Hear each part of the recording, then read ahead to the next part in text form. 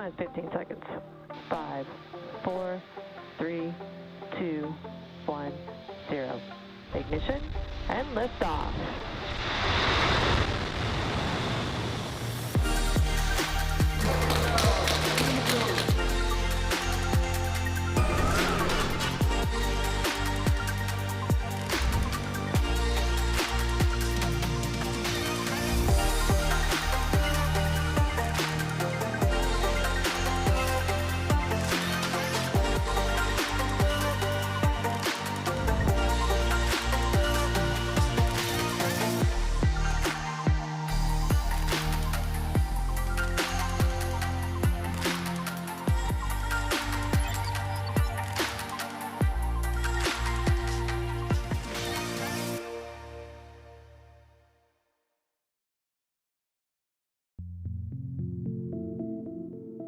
Ladies and gentlemen, please welcome to the stage Suzanne Wilson Heckenberg, President of the Intelligence and National Security Alliance.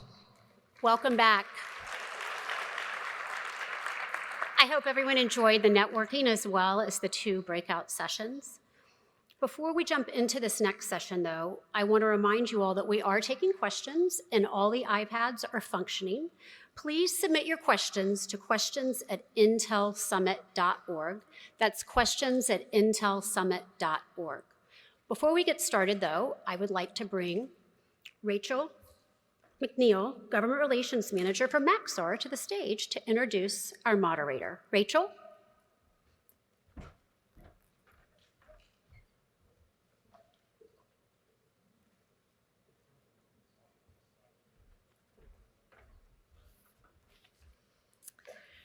Thank you, AFCEA and INSA, for supporting this great discussion today. Maxar is proud to support today's panel on the military services intelligence priorities. As the national security community prepares for an era of great power competition, the U.S.'s maintaining its information advantage is going to be ever more critical, as well as resilient operations in space. Maxar is proud to partner with government, academia, and industry to support these missions. It's my honor today to introduce the moderator of this discussion, U.S. Marine Corps Lieutenant General Vincent Stewart, now Chief of Innovation and Business Intelligence at Anchor Consulting. Lieutenant General Stewart retired from the U.S. Marine Corps after more than 38 years of active commissioned service. On his final tour, he served as the Deputy Commander of U.S. Cyber Command. Prior to that assignment, he served as the 20th Director of the Defense Intelligence Agency. While director, he implemented regionally aligned, integrated analytic mission centers to bring focus to the global challenges facing our nation. In his other general officers' assignments, Lieutenant General Stewart served as the commander of Marine Corps Forces Cyberspace Command and as the Director of Intelligence for the U.S. Marine Corps. Among Lieutenant General Stewart's awards and decorations are the Defense Distinguished Service Medal, Navy and Marine Corps Distinguished Service Medal, Defense Superior Service Medal, the Legion of Merit, the Bronze Star, and the National Intelligence Distinguished Service Medal. Please join me in welcoming Lieutenant General Stewart.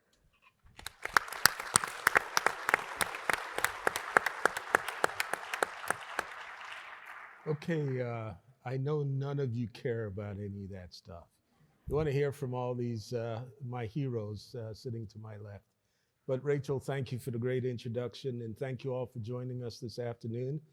You've got about 75 minutes, if I remember correctly. That will go very fast. So I'm going to shut up and let the folks here on the panel introduce themselves, give some opening remarks, and then we'll dive into some questions. We'll start with Admiral Kurt Copley. Thank you. Rear Admiral Kurt Copley, I'm the commander of the Office of Naval Intelligence. Been in the seat about 90 days now. I'm also under the Office of the Director of National Intelligence. I'm the director of the National Maritime Intelligence Integration Office and the National Intelligence Manager for Maritime. So a great mix of both the operational intelligence, but also that national mission as we try to establish maritime domain awareness across the globe, really. In terms of opening thoughts, what I would say is that naval intelligence is doing what we've always done, which is pursuing deep understanding of the adversary and then conveying that to decision makers in a timely way so that we create a decision advantage. I don't think that has changed since World War II, and that's what we pursued in World War II and demonstrated. And so certainly 9/11 was very poignant because it marked 20 years of really a focus of terrorism. At one point, the Navy had a division of basically divisions worth 12,000 people ashore in Afghanistan and Iraq supporting the fight. But we never took our eye off of the adversaries that we saw on the horizon. We never took our eyes off the Russians. And certainly as we saw Russia and China ascending, we have continued to track them. And now as strategic competition era continues, we're really spending a lot of time realigning our talent and our resources against those adversaries. And so I think the department's been very clear from a defense intelligence perspective, it's been very clear. And so certainly from a naval intelligence perspective, we are certainly focused on China as the pacing threat across all the domains. And when it comes to Russia, we're certainly honoring their threat that they present, a formidable threat in the undersea environment. We still feel we have an advantage in that area, but we need to maintain that. So we're taking nothing for granted.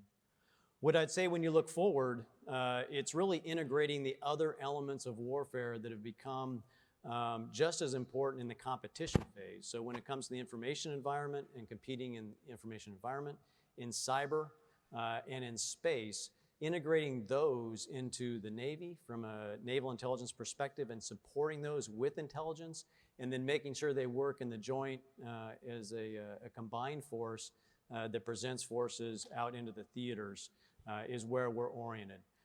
When it comes to the future and where we could use your help, industry help, clearly there's a lot of work to be done to reorient in strategic competition. There's a lot of work to be done with our partnerships, both with industry, with academics, in academia, and then with our foreign allies and partners. There's a lot of work there to do. The third thing I would say is that when it comes to the naval intelligence, I'm very conscious that I am resource constrained. And I think one of the things that gets us out of the resource constraint that you can help us with is technology. And so when it comes to automation, machine learning, and artificial intelligence, and I say that with purpose because those are distinguishable things to me. And so really I'm kind of aiming on automation. If I can automate my workflows, I can free up analysts and collectors and folks that manage the intelligence enterprise to reorient on higher priority needs. And so with that, I'll turn it over to General Glavey. Thank you, sir. And General Stewart, thanks for this incredible opportunity. So Lieutenant General Matthew Glavey, I'm the Deputy Commandant for Information at Headquarters Marine Corps, about 60 days on the job. Kurt has me beat a little bit. Prior to that, up at Fort Meade, U.S. Cybercom, specifically the commander of U.S. Marine Corps Forces Cyberspace Command and old hat of General Stewart. So it is great to be here. I'll tell you, from a Marine Corps perspective, in a word, change. A great deal of change.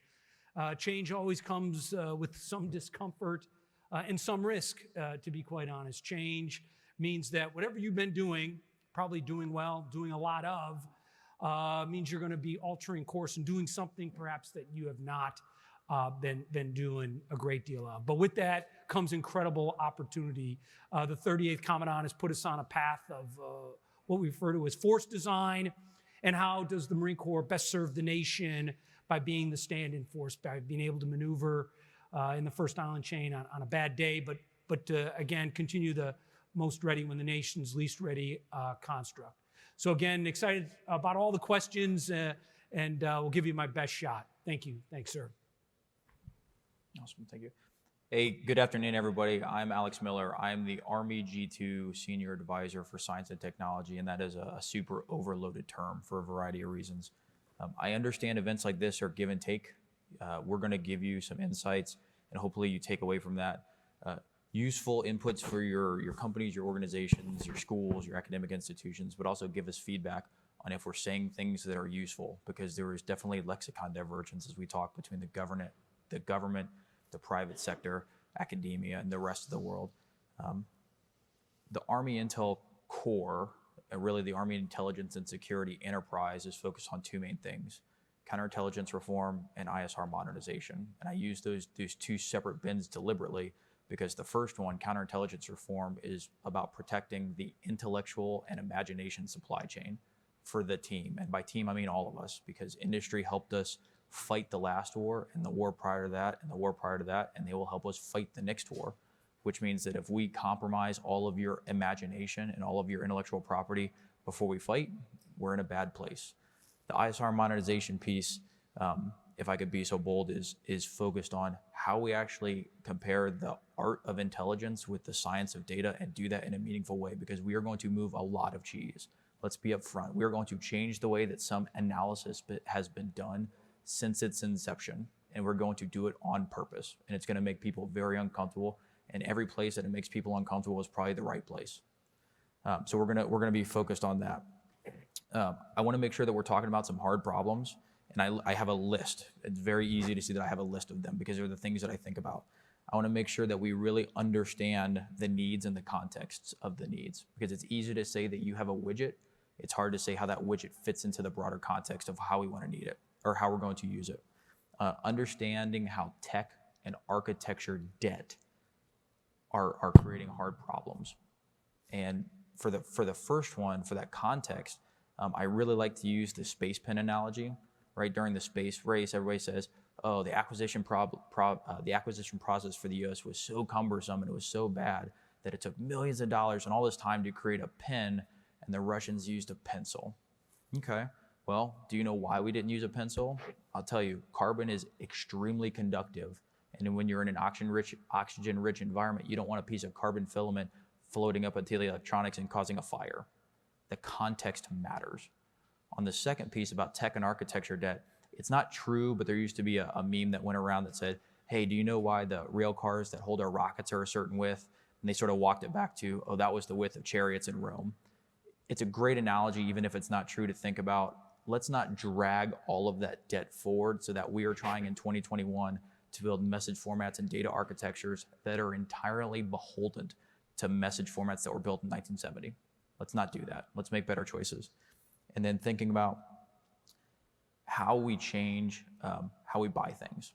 Because right now, it is really hard for me to buy things as a service. I have to buy a unit of something rather than some form of capacity over time, knowing that on Tuesday, I might have a baseline. On a Wednesday, something might happen. 9/11 is a great example where I need to surge capacity. We don't have a good way to buy that. So then we just buy 10x or 100x or 50x, and we hope that we've got the right number. And then when that's wrong, we do it again. So thinking through how you can educate us on how to buy things as a service is really important. So I'll take a breath and turn it over to General Brown. Hi, Mary O'Brien. I'm the Deputy Chief of Staff for Intelligence, Surveillance, Reconnaissance, and Cyber Effects Operations. In that portfolio, it includes not just the ISR piece and the cyber effects piece, but about a year ago, we moved the Air Force Spectrum Management Office up to headquarters into 826. And this October, we'll move the Electromagnetic Spectrum Superiority Division, or a directorate, in as well. And so not your traditional 826, and even the merger itself is about 2 years old.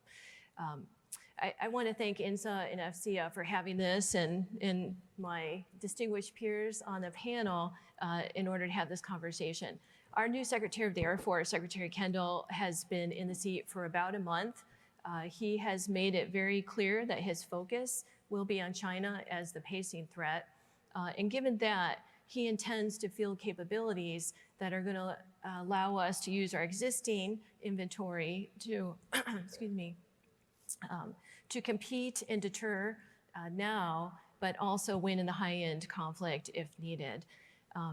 With those capabilities, we're going to require a talented workforce. We have a talented workforce, but do we have the right skill sets, and we given them the right training? So efforts on our human capital efforts, also data. We talk a lot about the data. data strategy, data governance, and data standards, and how do we become interoperable. Also, we're going to need analytic tools. How do we help our analysts weed through all of the data that they're now dealing with? For my career, I've been in the Air Force for a very long time.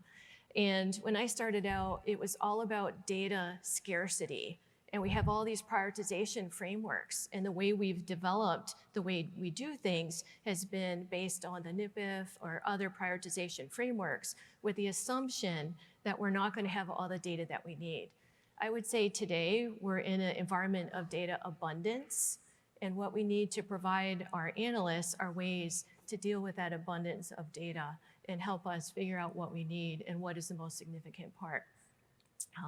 And so as we move in that direction, we'll definitely want to have a longer conversation on how industry and academia and our partners can help achieve those goals. Let me turn it over to Joe, my very good partner in the Space Force.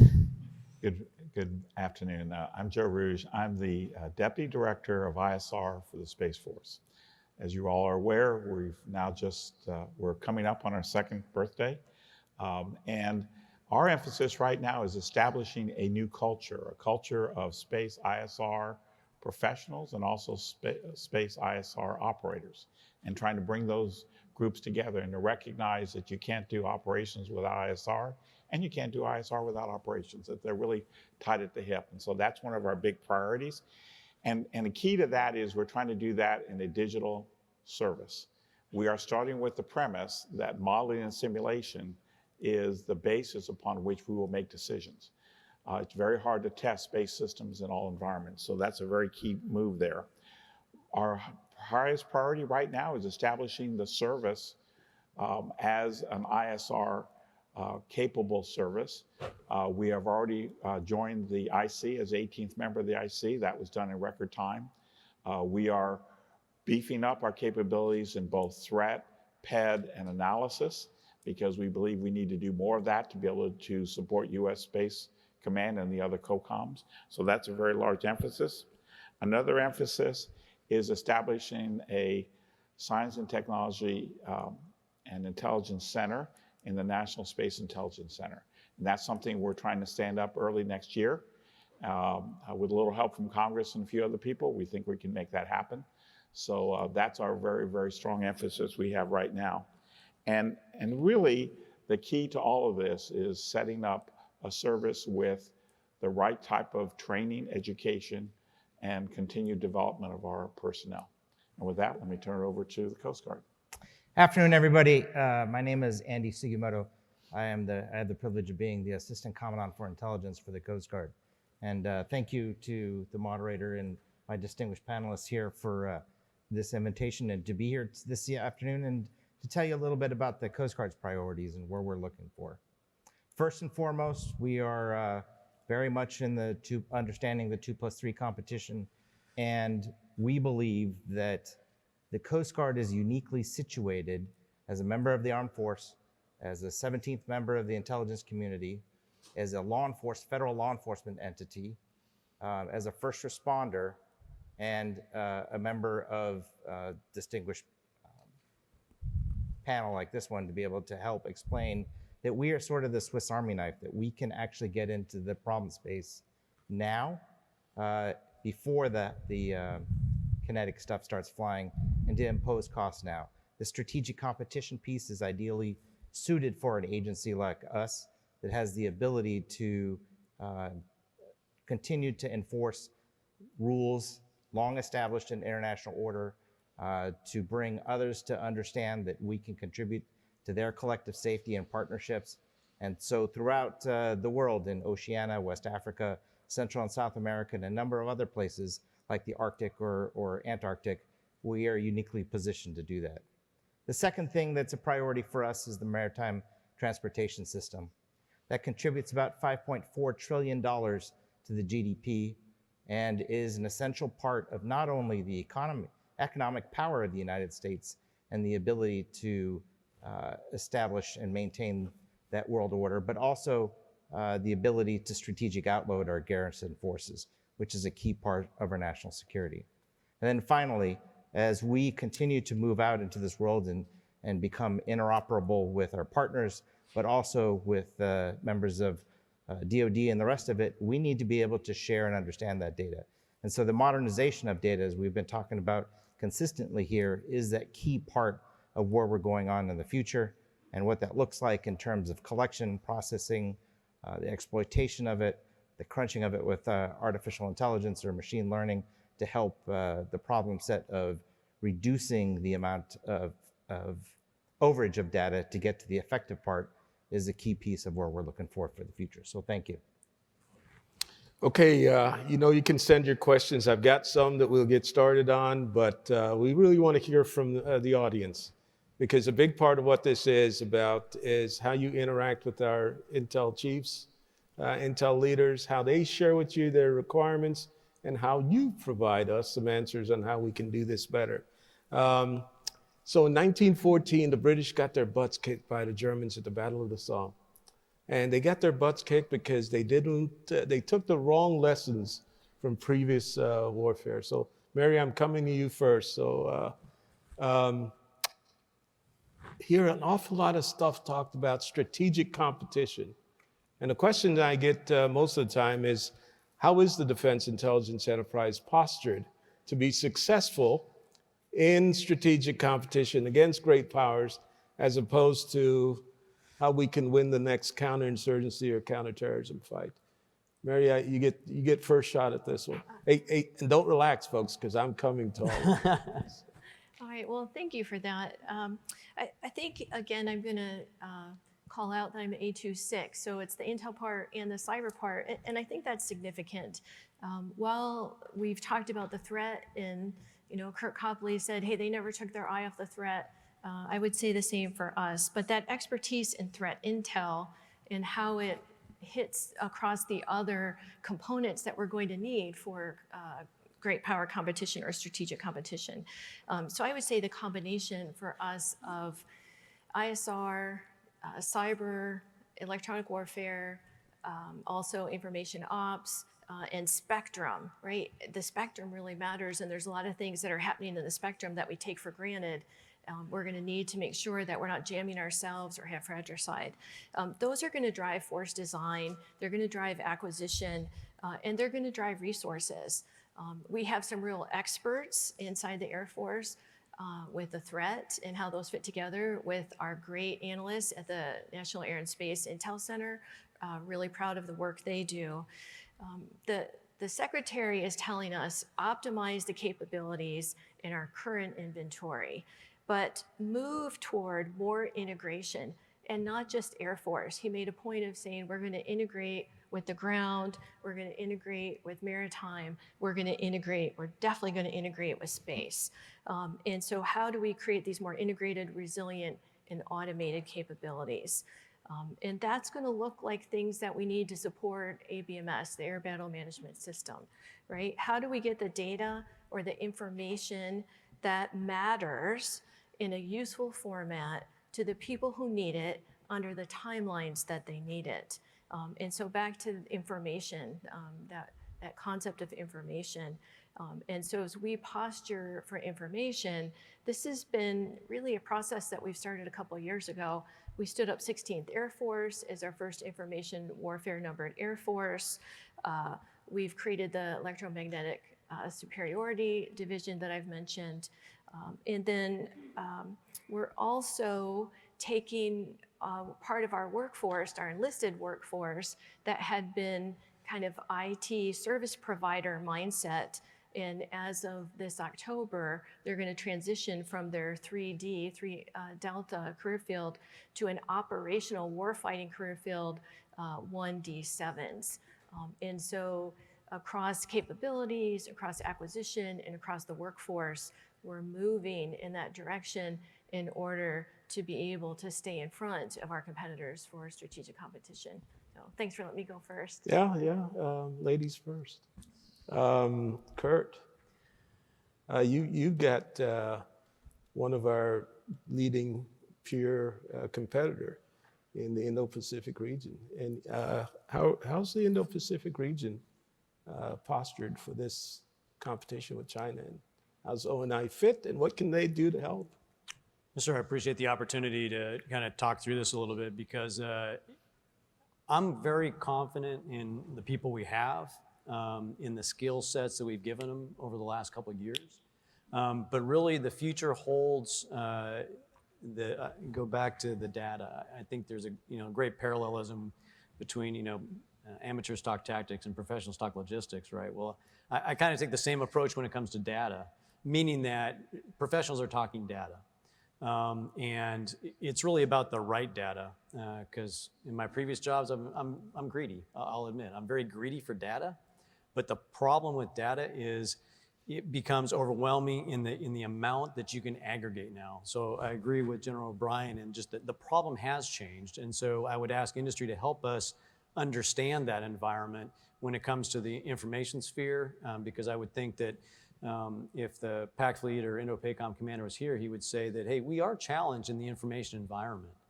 We are challenged by narratives that are actually not true, and they're not physically supported. But how do you get the evidence out to the region and to our allies and partners to show them that the truth is not really being spoken or fully spoken? And so in competition, that's a huge space that we need to grapple with. The second area is absolutely cyber.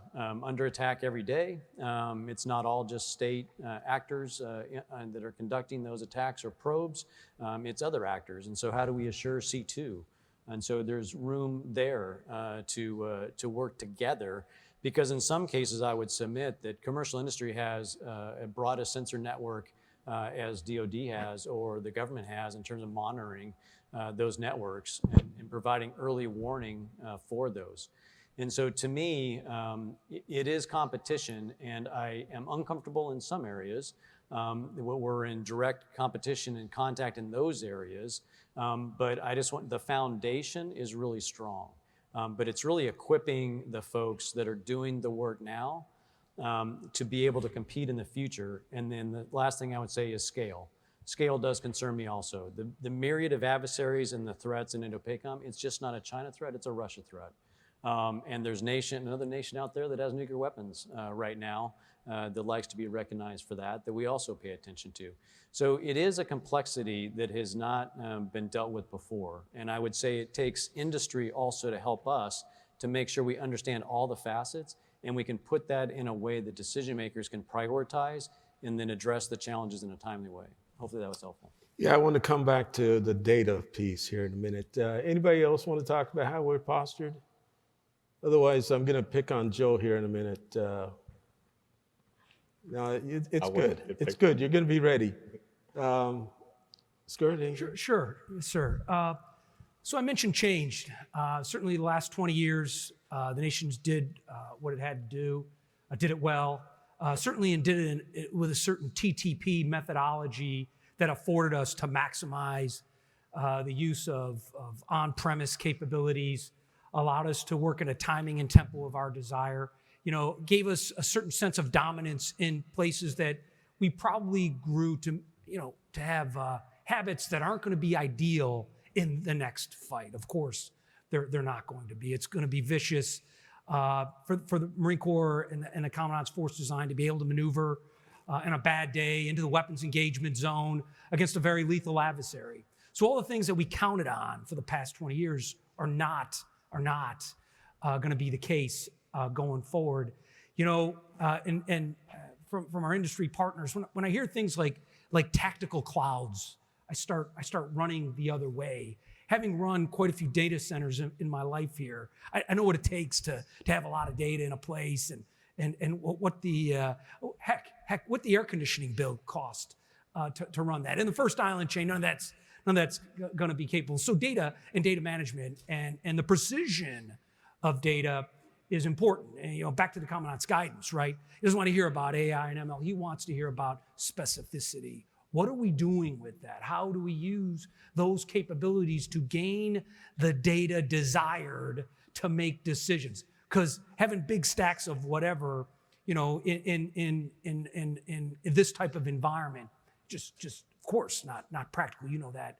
I know that. So the idea of change and how we go about doing it, how we do our PED, how we train our Marines and civilians to execute that construct, to take full advantage when you can take advantage, but remember forward in that weapons engagement zone, it will be vicious and violent, and you got to make decisions fast, and you got to do it, of course, in a degraded environment where kilobytes will matter.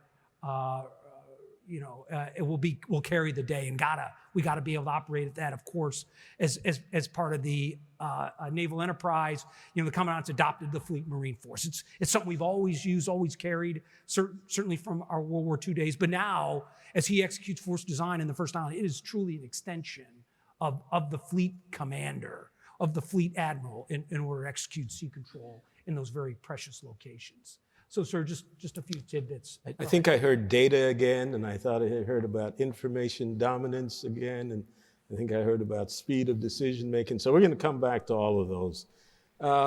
Joe, the Indo-PACOM commander used to say he has the largest AO and therefore the greatest challenge from an ISR standpoint. I would imagine that the Space Commander probably thinks, Space Force Commander now believes that he has the largest AO. So you want to talk, give you a chance to talk a little bit about how you and the ISR folks will support, or postured to support, the Space Commander's incredible challenge. So I think one of the key things is a paradigm shift. We've talked about for decades ISR from space. And that's what we've always talked about. We have imaging satellites, we have technical intelligence gathering satellites, et cetera. But now we're talking about is ISR to support space operations. Now, there was a group for a long time that talked about space situation awareness, and all they cared about was what was in space. We care about a lot more than that. We care about what's in every domain that can affect space operations, and how do we support other people's operations from our domain. And so we're trying to balance, and we're shifting towards an ISR for space balanced with ISR from space. And that's hard, because that really starts to make you think about things differently. As an example, we have a ISR platform in space called GSAP, which is basically up there as a neighborhood watch. It's basically up there to inspect other people's satellites and make sure they're doing the right things. And so that's very important to us. We want to know what's happening in the environment. We want to understand what's happening on Earth that's going to affect us. Are there jammers? Are there direct-to-send ASATs? What are the various threats that are going to be posed to us from these other domains? Cyber is obviously the other big domain that we care a lot about. Because if you're going to go after a system, a lot of people say the attack surface, the easiest one to do is cyber. Well, we want to make it the hardest one to do, because we've got to do is make our systems more resilient and more independent. And back to the data, one of our key things is how do we do enough processing at the sensor so that we can get the fusion and we can get the capabilities that are necessary without passing a whole lot of data around, pass information, pass knowledge, pass wisdom around rather than passing raw data. So a lot of this has to do with, yes, we have an incredibly large environment, and it's been extended. We've talked about for the last many decades out to GEO. Now we're talking cislunar. We're talking all, because those are locales in which other people can operate, and in which we may want to operate, in which things like asteroid mining or other kinds of things, space environment, space or manned environments on the moon. So yes, it is a very large environment, and what we have to think about this is in an almost instantaneous environment, because the speeds are so great that you can't wait for hours or days. You've got to do things in minutes or seconds. And so it really shifts us to very much of a digital environment in which we realize that we have to pre-work everything with the experts, the analysts, so that in real time, the surveillance and reconnaissance systems can give us the information we need to make decisions. So it really is a fundamental shift. And that's what we're trying to create. And that's why the digital service, that's why modeling and simulation is the move that we're making. Can you talk a little bit about space domain awareness and the challenges associated with that? Space domain awareness is hard because you can see something, but you still need to understand its intent. You need to understand why is it there? What is it planning to do? Or what could it do? And, that's very hard because you don't, to see an object and to say, okay, it has these kind of apertures or it has these kind of antennas. Okay, I understand that, but what does it mean? How are they going to use it? How are we going to have to negate it? What's its strengths? What are its weaknesses? So it's really hard. You don't have the advantage of being able to get close unless you put up inspectors. And that's, GSAP was the idea of doing that, is putting up an inspector satellite to actually give us that capability. But just the size of the domain requires us to think about surveillance of the domain very, very differently. You've got optical systems, you've got radar systems, you've got all sorts of methods of being able to gather the information. And you've got to do it in a rapid manner so that you're not surprised by things that happen in the domain. If whoever comes up with a solution for helping us understand space awareness, that domain, will do very well, I think, as will those who come up with the waste management system for space debris. There's an awful lot of junk in space that we're going to have to deal with at some point. Andy, you ready? Yes, sir. This from the audience. How's your service's cyber command supporting intelligence and vice versa? Great question, and thanks for it. So cyber is currently a partner with the rest of the services, working in conjunction with the United States Cyber Command. But we also have a unique ability in that as a federal law enforcement entity, we are able to prosecute those other adversaries that are also in the system, that are there for criminal purposes, that are there to do ransomware and other things like that. And so it gives us a unique capability in the federal government to be able to go after it. We are currently building those teams out, and we are currently building out the intelligence capability behind those to be able to sort of dual track, take care of those law enforcement issues that arise as well as those that require national intelligence focus and to get after the particular problem set. So it once again highlights the unique capabilities the Coast Guard brings to the problem set and working hard to get after it. Alex, I don't know if this one's for you, but I'm firing it your way anyway. Okay. And maybe I'll call this a jump ball, but anybody else who wants to jump in. Can you speak about the service's efforts in combating disinformation and malign influence? Where does this fit in your service priorities, and how would you characterize progress? Man, that's a hard one. Yeah, I know. That's why I gave it to you. No, that's fair. Characterizing the service. So right now, malign, disinformation, misinformation, part of it is just understanding how to separate the wheat from the chaff, and what information you're going to collect and where it is. And then understanding not only the fact that it's out there, but who's doing what in response to it. So we go back to the OODA loop, observe, orient, decide, and act. And we think about the targeting process and how mismatched those are. So for malign influence, it is really difficult to measure response if you don't have a good baseline.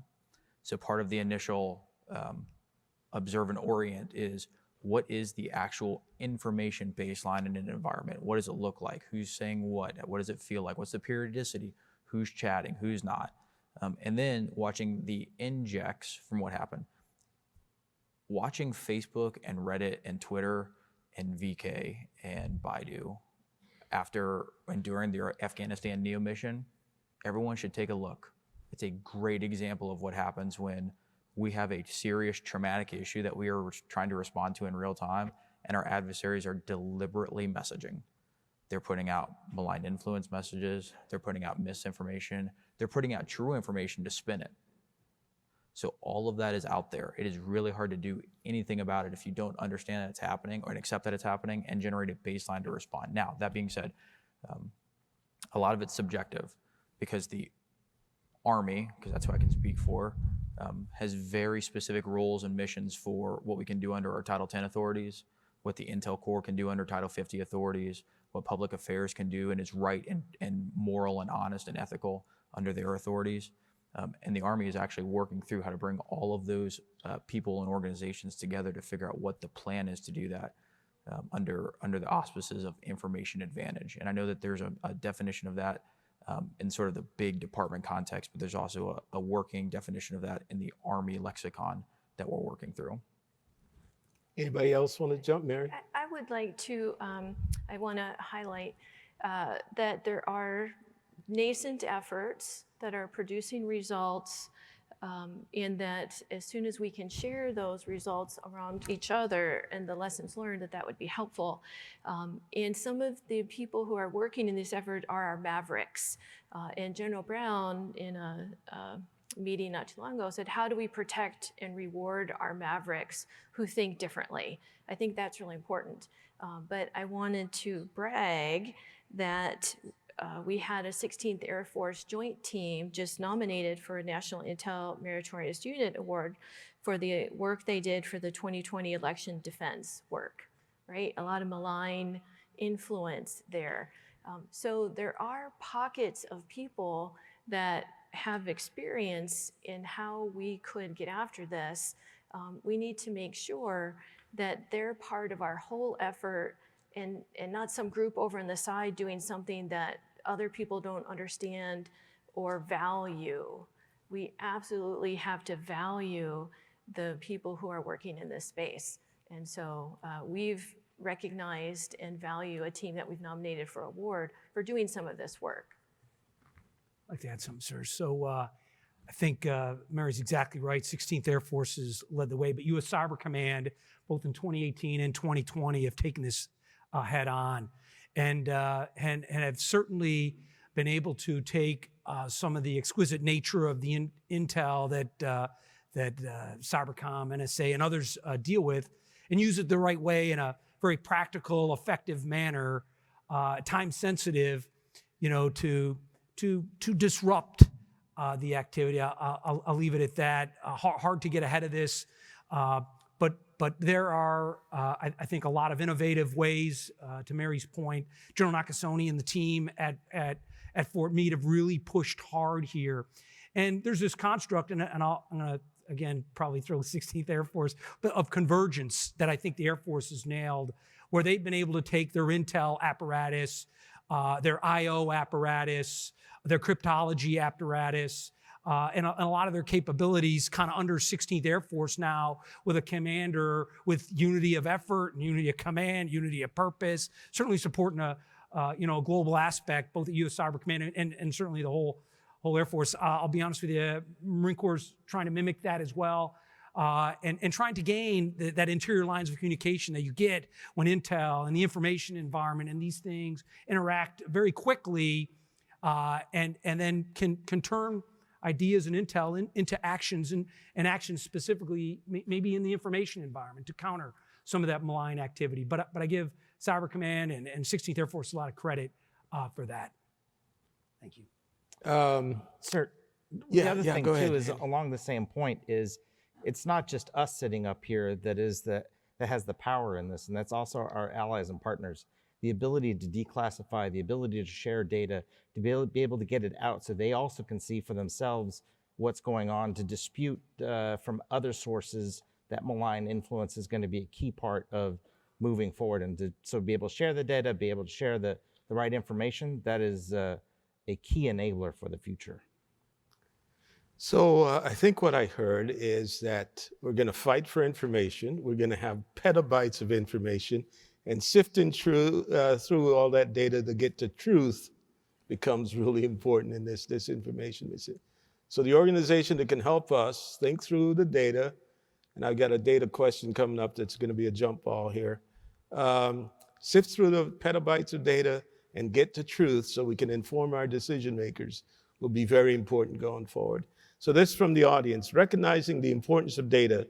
Can you fight and win on the networks you have or the networks that are programmed? And what else do you need? Jump ball, anybody wants to? So I can jump on that one up front. Who's got cell phone signal right now? I didn't in the Potomac one. I mean, the network here is saturated because it wasn't built for all these people to mass on one place. 5G, really cool technology, high throughput, high frequency, doesn't penetrate walls very well, masses of towers in a single place to actually get signal where you need it to go. So I think it's not a fair question to go, can you fight the network that you have or you're planning for? The broader question is, are you designing the right network for the missions that you're going to take on across the joint force? And that's a really hard problem that we need to think through, because we have to accept that even commercial networks that everyone, we say, oh, we want something just like that, weren't built for the way that we're going to use it. They just weren't. The fact that I can turn on a personal hotspot and rebroadcast a cell signal to an 802.11x signal, super cool. Not the way we're going to fight in the future, because I'm going to need a secure, high throughput, low latency, because a lot of apps are chatty. We need low latency network that can provide spontaneous and probably really tightly grouped comms. And then we have to be able to fight knowing that I'm going to be off the network at some point. It's a reality. So again, the context matters. And I hate the word requirements, because from a systems engineering perspective, I'm intimately familiar with it. From a process perspective, it's a dirty word. But we have to understand how and why we're going to use something and who's going to be enabled by it. Not just saying, oh, there's a network. It's a network to do these things, to move those data to those people in these instances. And some of those people are really going to be non-human entities, which means we have to understand how machines are going to process data and what they're going to do with those data and how they're going to move it. Because I, as an individual, can go out and write some software that's super chatty, and I can blow away any requirement for a network. Blow it away, just crush it. It's not useful, but it's a fact. So understanding the context of how we're going to use it and who's going to use it, really important for the network, rather than just asking, is the network viable? Yeah, I take that into the maritime domain, because the terrestrial network's pretty well, you can probably find some bandwidth, you can find some capacity, but in the maritime domain, it becomes even more difficult. So with my Marine brothers and my Coast Guard sisters and brothers, it becomes exponentially harder because there's not a lot of commercial backbone out there that you can tie into. And so I go back to the points that are made earlier about low bandwidth. What do you essentially need, no kidding, to do that mission? Because I think a credit to all the sea services right now is going back to commander's intent. And if you are isolated or you're trying to hide, you're going to have to operate on commander's intent. And so I think that is a difference, but I would, again, throw out the challenge to anybody that can come up with, low bandwidth discriminators on what information you exquisitely need and move that, and not try to tap into a broader data. And then, in the architecture, when you are ashore, when you do have that capability, how do you sift through all that data, come to and distill it and synthesize it into the conclusions you need, the judgments you'll need, but then move that forward? And I don't think that's been resolved. I think we're still pretty comfortable with broad bandwidth. We're pretty comfortable with large files and trying to portray holistic common operational pictures and common intelligence pictures. And I think we all are kind of grappling up here with, okay, but that's nice if you can get it, but you're not going to you can't count on that in strategic competition with a peer adversary. And so what is the minimum that you would need? And I think, our leading thinking is it really comes back to that, target and weapons employment, because a lot of the weapons are going to be over the horizon. And so how do you fight that? Are we postured right now, going back to what are the critical questions we need to answer with you? And so I think there's a lot of, room for discussion and thought in that. But I would submit that that's probably another area that is not fully developed, especially when it comes to large areas of the ocean in the maritime space. And I would say that we are partners in this space because we fly airplanes over the ocean as well. So we all are going to need the same type of connectivity. So I just want you to think about, and I always use the Indo-PACOM area of operations. So over the last 20 years, we've been able to build our networks. We've had forward operating bases. We've been able to move large amounts of data. We've gotten very comfortable in that space. What does that look like in the competition with China? We won't have the infrastructure. We're going to try to do a lot of processing at the edge. We're going to support multiple domain. We're going to support multiple echelons from the warfighters in the weapons exclusion zone all the way up through the... So how do we put all that together in a dynamic environment? And so that's the challenge to industry, is to help us think our way through that. So let me just add, I think we also need to recognize that the Department of Defense is going from some unique approaches to that.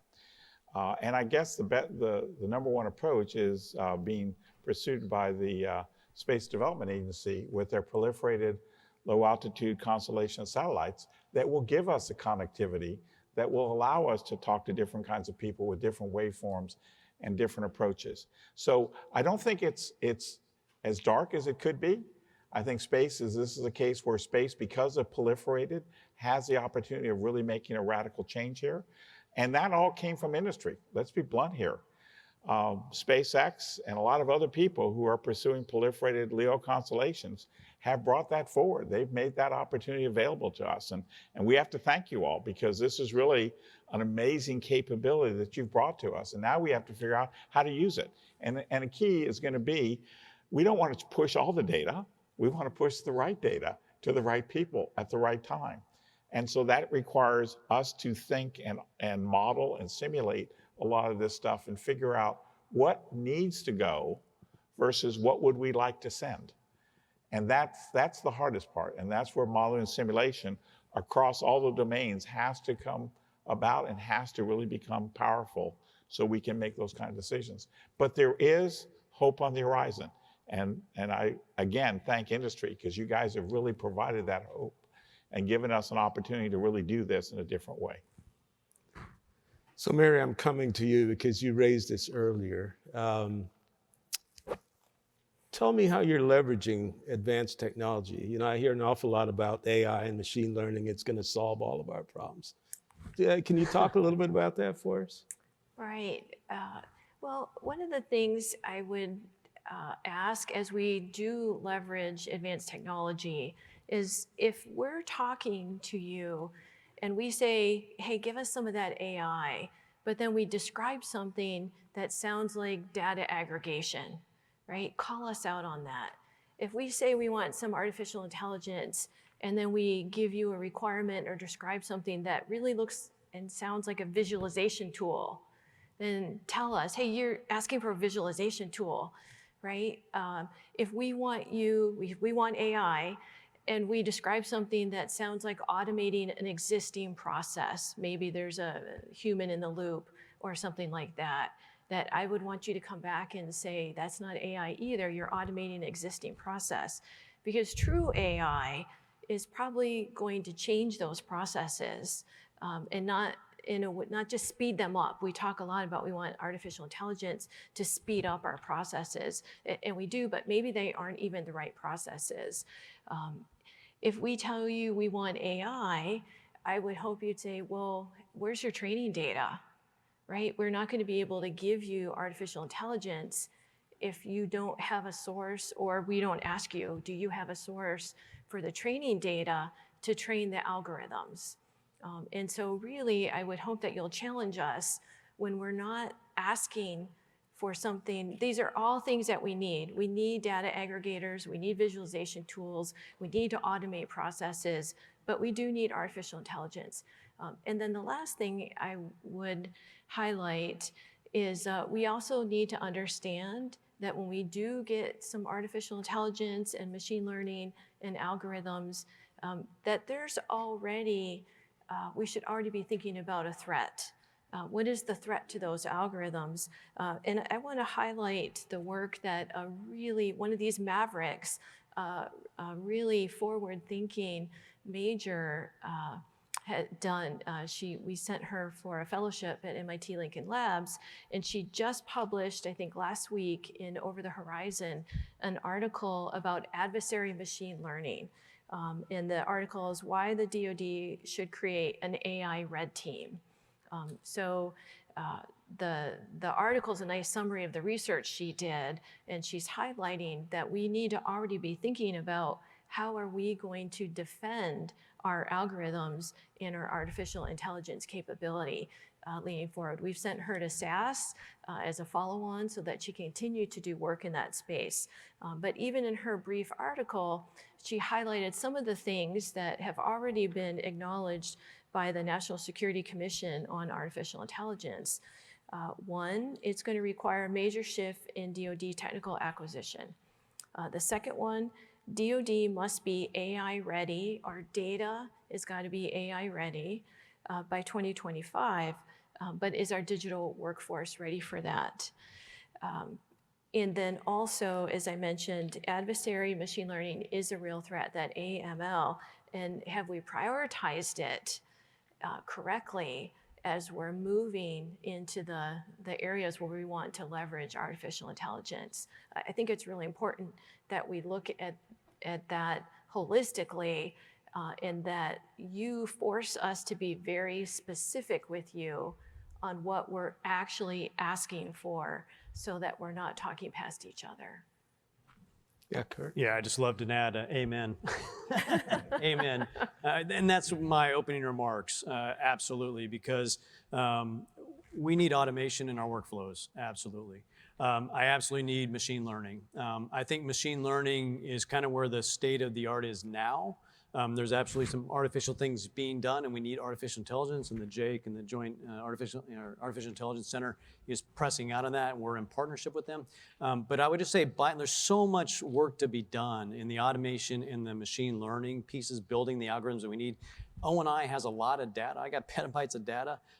We're trying to work with, partner with industry on the algorithms that we'll need in the future to deliver that decision advantage.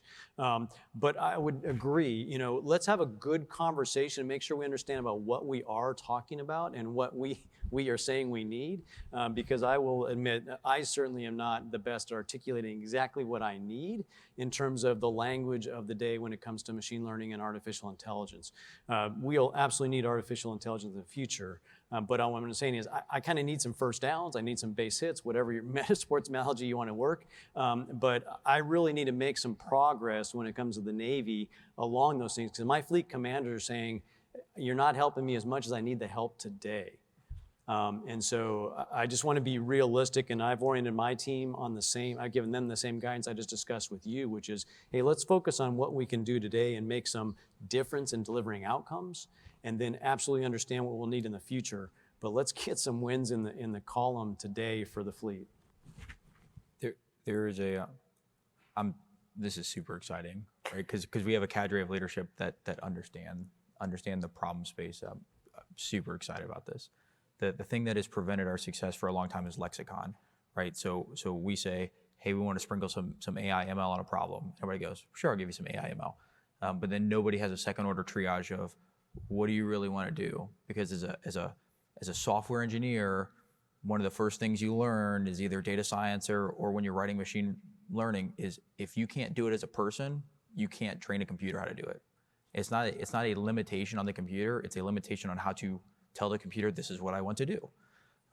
So being able to understand, like, I need to tell the computer what it needs to do, and then I need to figure out a metric by which I tell the computer, you did good or bad robot.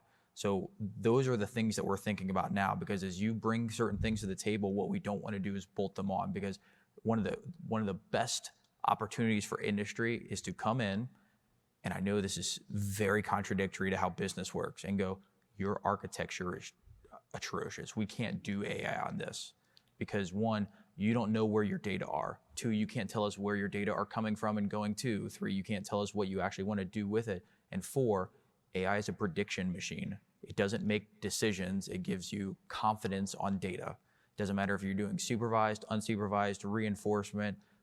It doesn't matter. It's prediction. So being able to say, here's how we're going to assess these things, and you have to give us a risk and confidence on how you're going to use it.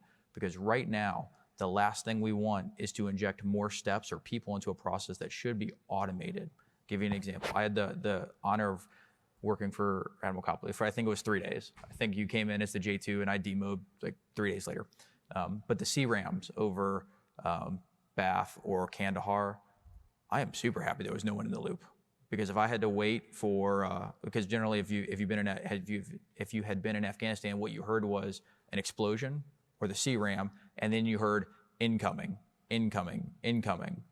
Well, yeah, we knew that. So if there were people in the loop, that would have slowed everything down. So that I'm super stoked.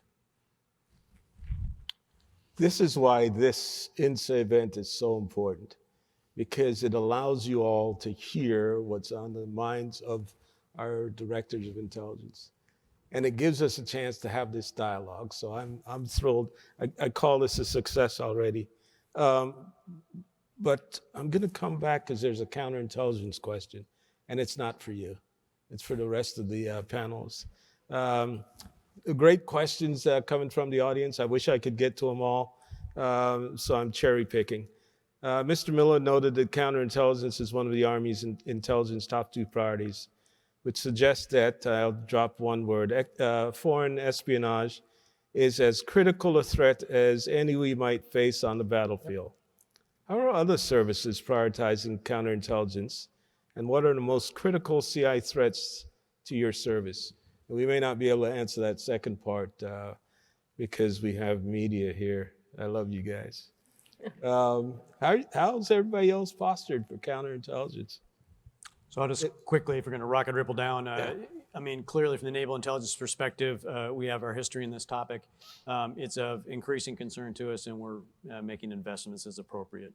But I would also say my biggest concern personally is on the industry side and the intellectual property that you're creating and protecting that, because that all aggregates into our capabilities. And so we're only as secure as the least secure network out there. But thanks for the opportunity to answer.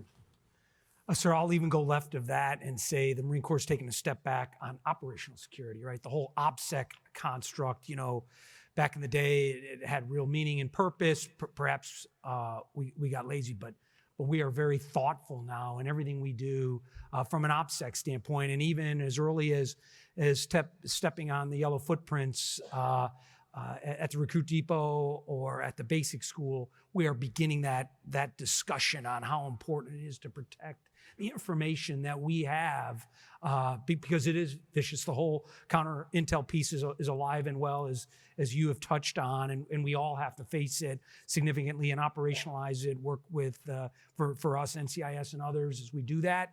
But we got to start even left of that on how we take care of our own business and how we do it from a disciplined standpoint. So we're starting early and often with OPSEC.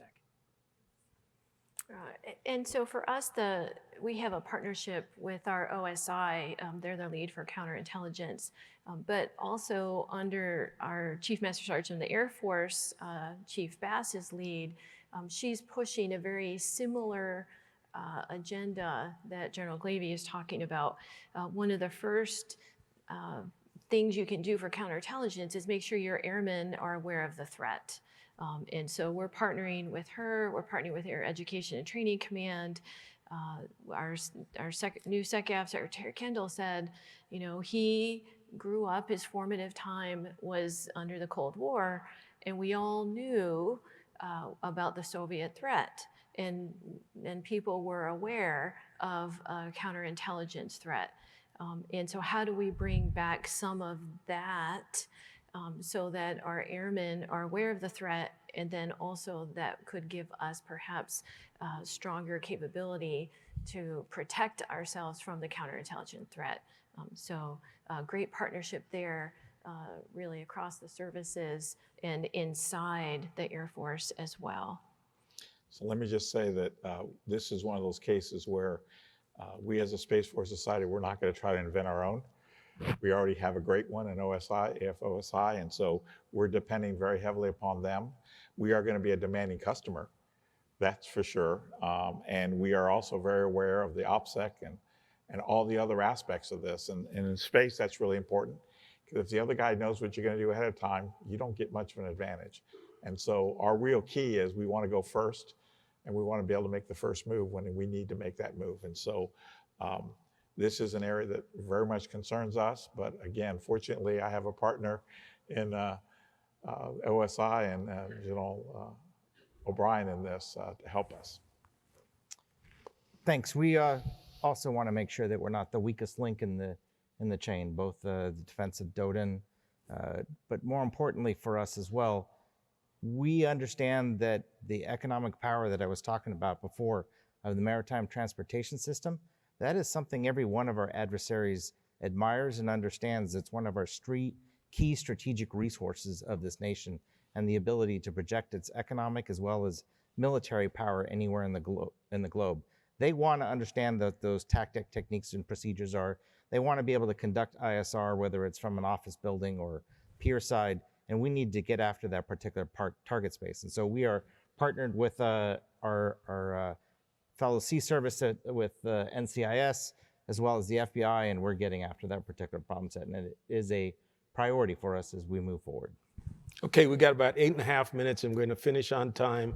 I got one question, then I'm going to let you all have last shot. Joe, you've talked about model and sim. I think you've mentioned that 3 or 4 times. How is everyone else posturing? And I mean, the pace at which we'll have to make decisions mean that we better have seen it before. Anybody want to jump on the model and sim piece in addition to Joe? Yes, sir, I can start first. So the Commandant has kicked off, since he been the Commandant, what we call campaign of learning. And it has been an intense model and simulation, wargaming environment across all the functions. Every assumption that we've had as a Marine Corps has had to be reevaluated, and he's chosen to do it in this wargaming modeling environment. We're kicking one off on ISR here at the end of the month, and I'll be in the middle of it, but these are very intense, no holds barred. The fleet comes together to put it on, and we kind of rip through all the assumptions that we have on how we think we're going to do something to come up with the best the best way forward. But he is very much into it. We're building our own wargaming center down in Quantico, as you know, and so Marine Corps is all in on this construct. Anybody else want to jump on? Oh, sir. I mean, from an Office of Naval Intelligence, I'd be remiss if I didn't, because I do see this as how does the Office of Naval Intelligence deliver decision advantage? I think it is through modeling and simulation. We have to do more in terms of naval warfare analysis when it comes to that pacing threat, when it comes to that formal threat that others, and so from, how do those capabilities aggregate? In a naval warfare at the operational level of war, whole fleet engagements, down to the tactical hypersonic missile engagement in real time.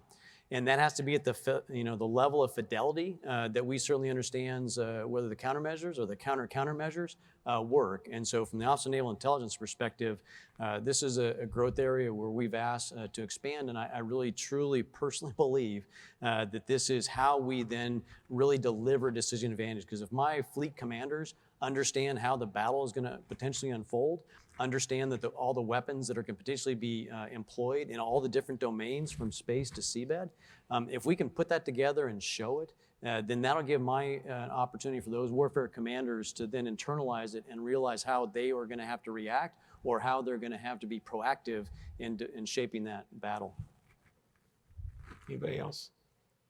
Yeah, I would say, again, the people matter. We've recently recoded the officers that leads the modeling and sim and the analytics from an engineer career field into an operational career field, proving that they are part of the operational war-fighting force design. And then that has led to a nice partnership between the need for red, right? You have to model the threat, but then you also have to model the blue capabilities, and then being able to identify when those models are asymmetric.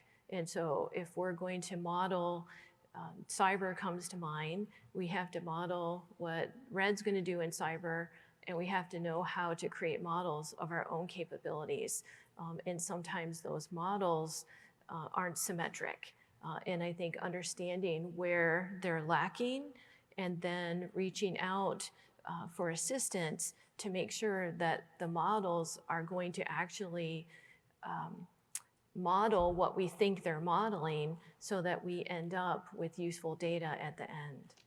Okay, I'm going to come to Andy. We're going to wrap up. If you want to talk about M&S, you got to do it in your wrap up. So 2 seconds. One, we were talking about our people, and I don't know if it's, our young people are absolutely in the space and they're understanding the technology, but it's also incumbent on us leaders in that this modeling and simulation affords them to see the opportunity, not only from the background that they come in with, so the diversity of thought, but to be able to see how to apply the technology, not to the way they were used to fighting or getting after the problem set, but the way it should be done in the future, and to get and change the entire dynamic. And that's another key part of that. Yeah, that was more than 2 seconds, but that's okay. Joe?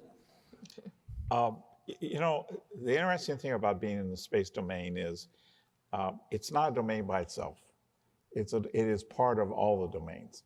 And the real key to that is I need to understand what other people need so I can provide them capability.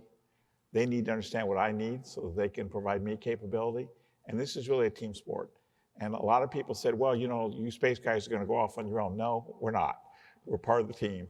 And that is the key to this game, is we cannot win without being part of the team. So that's our move. And modeling and sim and others are all methods of being able to do that. Okay. So Deanna Haynes said today that. Let's do Mary first. Oh, I'm sorry. Closing comments? Yeah. Okay. I would just like to say, sometimes people talk about, you know, like it's somewhere in the future, the airmen we need. You know, I just want to say we have the airmen we need now. The airmen that are coming in, the airmen who have chosen to stay, we have the airmen we need. We owe them the tools, the training, and the opportunities to change with us as we, you know, evolve into the force that we're going to need to be for strategic competition. So I just leave you that we already have the airmen we need. Alex. So Deanna Haynes this morning said, science helps us understand the world better. I would say Intel helps us contextualize the world. Going back to the M&S comment, M&S helps us understand how to take data and the art of data and the science of data and shift it from a cognitive prosthetic into something that actually augments decision-making through signature control and signature management.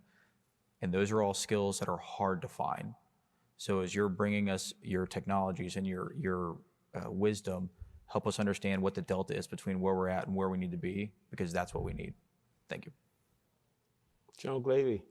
Hey, sir, it's great being here. It's great being part of this incredible Department of Defense. It's an exciting time. We got a significant task in front of us, not for the faint of heart, but we're certainly ready to face it and move out, you know, based on these incredible people that we've been so fortunate to lead. Thank you, sir. No, thanks, Kurt. Thanks to the associations for hosting this. And thank you. You had many opportunities to spend your time in other ways, and yet you came here and listened to us. And so for that, I do truly thank you, and I thank General Stewart for moderating the panel. Over to you, sir. Thanks, panelists. I said when we started this that these were my heroes. These are folks that I've grown up with. They're the best in the business. And thanks for taking the time to share your thoughts and ideas.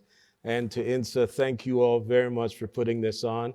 It's starting to feel like getting back to norm. We can get together. We still got to wear the mask, but that's okay. We'll make it work. But thanks to INSA. We really appreciate putting this thing on for us. And industry partners, we need you. One of the challenges that I've seen since I left service is we have requirements, you have capabilities, and we never put the capabilities and requirements in the same space. So this is a great opportunity to talk to the leaders in the community and make sure they understand what you have out there. And hopefully some of the things that we've said this afternoon spark some things that will generate better understanding of your capabilities and bring that to the force.